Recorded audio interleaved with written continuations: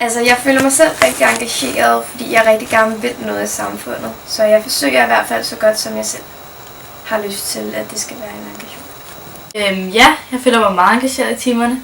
Selvfølgelig nogle mere end andre, hvis der er for eksempel en lærer, man bedre kan lide, eller noget, man bare generelt går mere op i.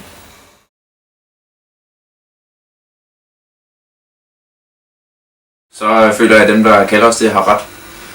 For det har de. Og vi laver ikke noget, men altså, sådan går det jo generation efter generation, at hver generation kalder den næste generation fucked up, fordi de ikke er som den gamle generation.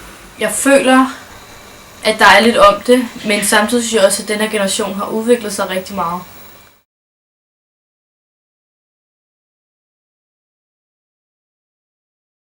Jeg føler, selvfølgelig er der et pres, men jeg føler ikke, at det er for stort. Jeg kan godt lide, at man selv bliver presset en lille smule, fordi at hvis man ikke er så god til at komme ud i tingene, så kan man blive presset den vej rundt, men jeg synes ikke, der er for stort pres. Nej, jeg føler faktisk, der er for lidt pres i folkeskolen. Jeg synes, at der er et meget stort spring fra folkeskolen til gymnasiet, og presset bliver meget stort, når du starter på gymnasiet. Nej, altså, jeg kan godt mærke selvfølgelig, at der er pres fra skolen, men jeg føler mig ikke stresset overhovedet over, at jeg skal nå at lave alle mine ting til skolen og sådan noget. Jeg føler, jeg har masser af fritid også.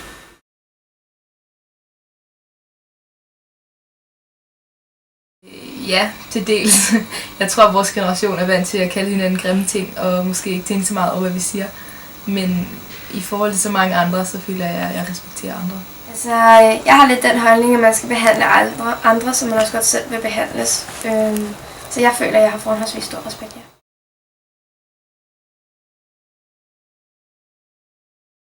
Altså, det er i hvert fald den forestilling, jeg har mig, og det formål, jeg ligesom vil gå efter, at kunne bidrage med noget.